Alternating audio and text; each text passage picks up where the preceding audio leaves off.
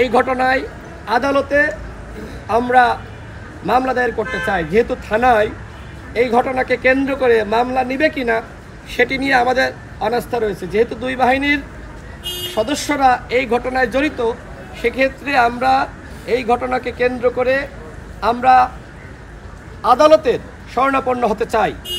ইতোমধ্যে সরকারের পক্ষ থেকে এক সদস্য বিশিষ্ট একটি বিচার বিভাগীয় তদন্ত কমিটি গঠন করেছে।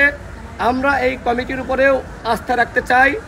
জনাব আসিফ নজরুল আমাদেরকে যেটি জানিয়েছেন যে 15 কার্যদিবসের মধ্যেই তদন্ত করে যারা এই ঘটনার সাথে জড়িত তাদের বিরুদ্ধে ব্যবস্থা নেবেন। আমাদের কাছে সিসিটিভি ফুটেজ রয়েছে, যারা ঘটনায় সম্পৃক্ত তাদের চেহারা স্পষ্ট। সুতরাং সেনা প্রধানের উদ্দেশ্যে বলতে চাই, আপনি যদি এই ঘটনার দায় না নিতে চান তাহলে দোষীদের বিরুদ্ধে ব্যবস্থা গ্রহণ করুন। আমরা পুলিশের আইজিপির উদ্দেশ্যে বলতে চাই, আপনি যদি এই ঘটনার দায় এড়াতে চান তাহলে অবশ্যই পুলিশের যারা এই ঘটনার সাথে সম্পৃক্ত তাদের বিরুদ্ধে ব্যবস্থা নিতে হবে। সর্বশেষ বলবো, আমরা বারবার বলছি, আমরা দেশে শান্তি চাই। আমরা চাই এই দেশকে মাননীয় প্রধান উপদেষ্টা এগিয়ে নিয়ে যাক, কিন্তু এই ঘটনার অবশ্যই প্রতিকার হতে হবে। আমরা বারবার বলছি, এই ঘটনাকে কেন্দ্র করে আমরা কোনোভাবেই পুরো সেনাবাহিনী এবং পুরো পুলিশ বাহিনীকে দোষারোপ করছি না। সেনাবাহিনী এবং পুলিশের মধ্যে অনেকে আমাদেরকে ভালোবাসে, অনেকে আমাদের সাথে যোগাযোগ করেছে। তারা বলেছে আমরা মর্মাহত, আমরা স্তব্ধ হয়ে গিয়েছি যে নুরুল হক নূর সবসময় গণতান্ত্রিক আন্দোলনে মার খেয়েছে, সবসময় জনগণের পক্ষে ছিল। সেই নুরুল হক নূরের উপরে কেন সেনাবাহিনীর কতিপয় সদস্য, পুলিশের কতিপয় সদস্য এইভাবে আক্রমণ করলো?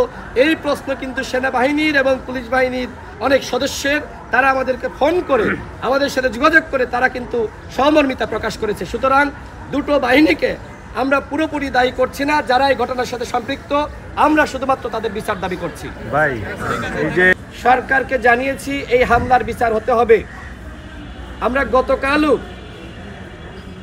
বিক্ষোভ সমাবেশের মাধ্যমে সরকারকে বলেছি, যেহেতু জাতীয় পার্টি ফ্যাসিবাদের দোসর এবং তাদেরকে কেন্দ্র করেই তাদের রাজনীতিকে আবারও পুনর্বাসিত করা নিয়ে একটি পরিকল্পনা ছিল, সেই পরিকল্পনার বিরুদ্ধে যেহেতু নুরুল হক নূর সহ আমরা কথা বলেছি, মুখোশ উন্মোচন করেছি, তাদের পরিকল্পনা ভেস্তে যাওয়ায় মূলত নুরুল হক নূর সহ আমাদের শতাধিক নেতাকর্মীর উপরে এই ধরনের আক্রমণ করা হয়েছে। আমরা মাননীয় প্রধান উপদেষ্টাকে ধন্যবাদ জানাই, মহামান্য রাষ্ট্রপতিকে ধন্যবাদ জানাই, বিএনপির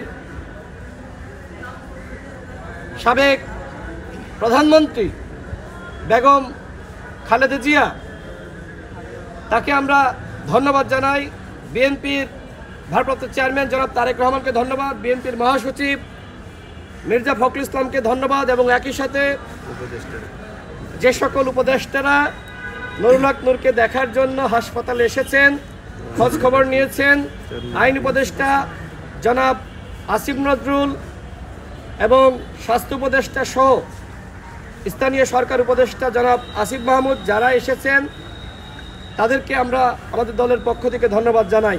এছাড়া জামাত ইসলামের শীর্ষ নেতৃবৃন্দ, এনসিপির শীর্ষ নেতৃবৃন্দ, ইসলামী আন্দোলন বাংলাদেশের শীর্ষ নেতৃবৃন্দ সহ বিভিন্ন রাজনৈতিক দলের আমির এবং মহাসচিব, চেয়ারম্যান, সাধারণ সম্পাদক অনেকে দেখতে এসেছেন। সবার নাম আমি নিতে পারছি না, সময় সংক্ষিপ্ত। আমাদের দলের পক্ষ থেকে তাদেরকে আমরা ধন্যবাদ জানাই এবং ফ্যাসিবাদ বিরোধী শক্তিকে আমরা তাদের প্রতি কৃতজ্ঞতা জানাই। নুরুল হক নূরের উপর যে হামলা হয়েছে, এই হামলাকে কেন্দ্র করে আজকে পুরো জাতি একতাবদ্ধ হয়েছে। এদেশের মানুষের যে চাওয়া সেটি হলো আওয়ামী লীগকে যেভাবে সাংগঠনিক কার্যক্রম নিষিদ্ধ করা হয়েছে, জাতীয় পার্টি সহ 14 দল ফ্যাসিবাদের যারা দোসর তাদের সাংগঠনিক কার্যক্রম নিষিদ্ধ করতে হবে। নুরুল হক নূর এখনো পর্যন্ত হাসপাতালের বিছানায় 6 দিন অতিবাহিত হচ্ছে। এখনো পর্যন্ত সেনাবাহিনীর এবং পুলিশ বাহিনীর যারা এই হামলার সাথে জড়িত ফুটেজ থাকা সত্ত্বেও এখনো পর্যন্ত তাদের কাউকে চিহ্নিত সাপেক্ষে তাদের বিরুদ্ধে ব্যবস্থা গৃহীত হয়নি।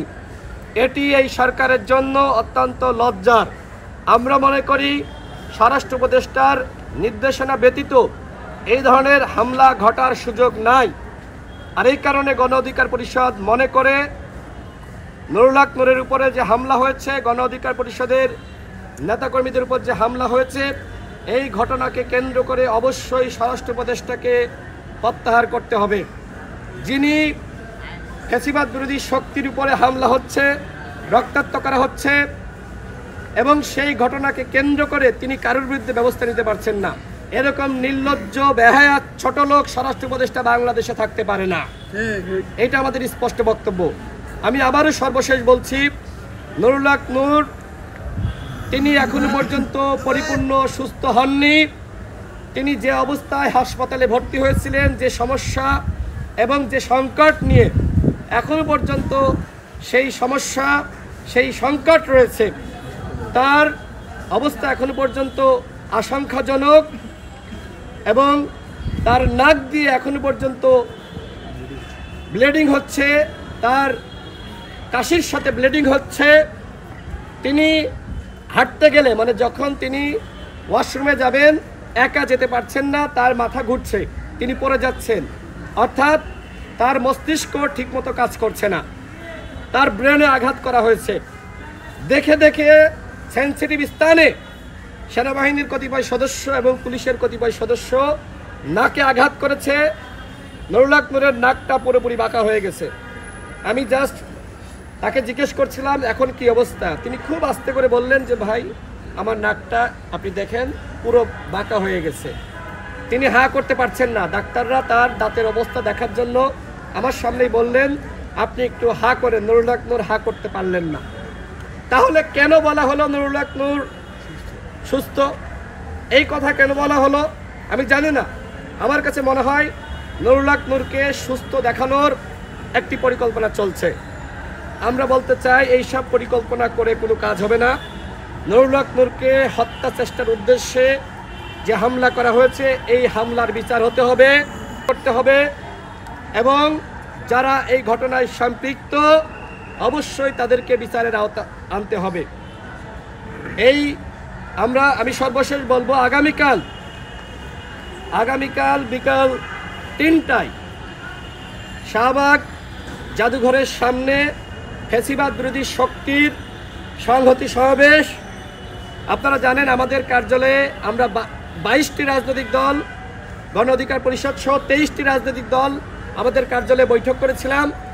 সেখানে সিদ্ধান্ত হয়েছে আওয়ামী লীগ, জাতীয় পার্টি 14 দল সহ যারা ফ্যাসিস্ট তাদের বিচার এবং একই সাথে নুরুল হক নূরের উপর যে হামলা হয়েছে, এই হামলায় যারা জড়িত তাদেরকে গ্রেপ্তার এবং নুরুল হক নূরকে উন্নত চিকিৎসা দেওয়ার জন্য 23টি রাজনৈতিক দল একমত হয়ে আমরা বৈঠক করেছি এবং সেই বৈঠকের অংশ হিসেবেই আগামী 5 সেপ্টেম্বর শুক্রবার বিকাল 3টায় শাহবাগ জাদুঘরের সামনে ফ্যাসিবাদ বিরোধী শক্তির সংহতি সমাবেশ। আমরা মনে করি আজকে যদি নুরুল হক নূরের উপর যে হামলা হয়েছে এই ঘটনার বিচার না হয়, আগামীকাল আপনার পালা। সুতরাং এই ঘটনার বিচার হতেই হবে। সরকার শুধুমাত্র দায়সারা বক্তব্য দিয়ে, শুধুমাত্র দুঃখ প্রকাশ করে পার পাবে না। অবশ্যই স্বরাষ্ট্র উপদেষ্টাকে সরিয়ে দিতে হবে, এই ঘটনার বিচার করতে হবে। কতদিনের মধ্যে বিদেশ নিতে পারে? করতে পারেন না হলে আবার কতদিনের মধ্যে বিদেশ নিবে এরকম কোন সরকার থেকে আমরা যতটুকু মনে করছি, আমাদেরকে যেটি বলা হয়েছে যে নুরুল হক নূরকে বিদেশে নেওয়ার জন্য তাকে একটু সুস্থ হতে হবে। এই অবস্থায় বিমানে তাকে নিলে তিনি আরও বেশি অসুস্থ হতে পারেন। সেক্ষেত্রে আমরা আশা করি যে সপ্তাহখানেকের মধ্যেই নুরুল হক নূরকে দেশের বাইরে উন্নত চিকিৎসার জন্য পাঠানো হবে। আমাদের পক্ষ থেকে আমরা যেটি জানিয়েছি যে নুরুল হক নূরের যেহেতু ব্রেনে আঘাত করা হয়েছে, মাথায় আঘাত করা হয়েছে, সেক্ষেত্রে উন্নত চিকিৎসার জন্য সিঙ্গাপুরে যাতে পাঠানো হয় সেটি আমরা সরকারকে জানিয়েছি।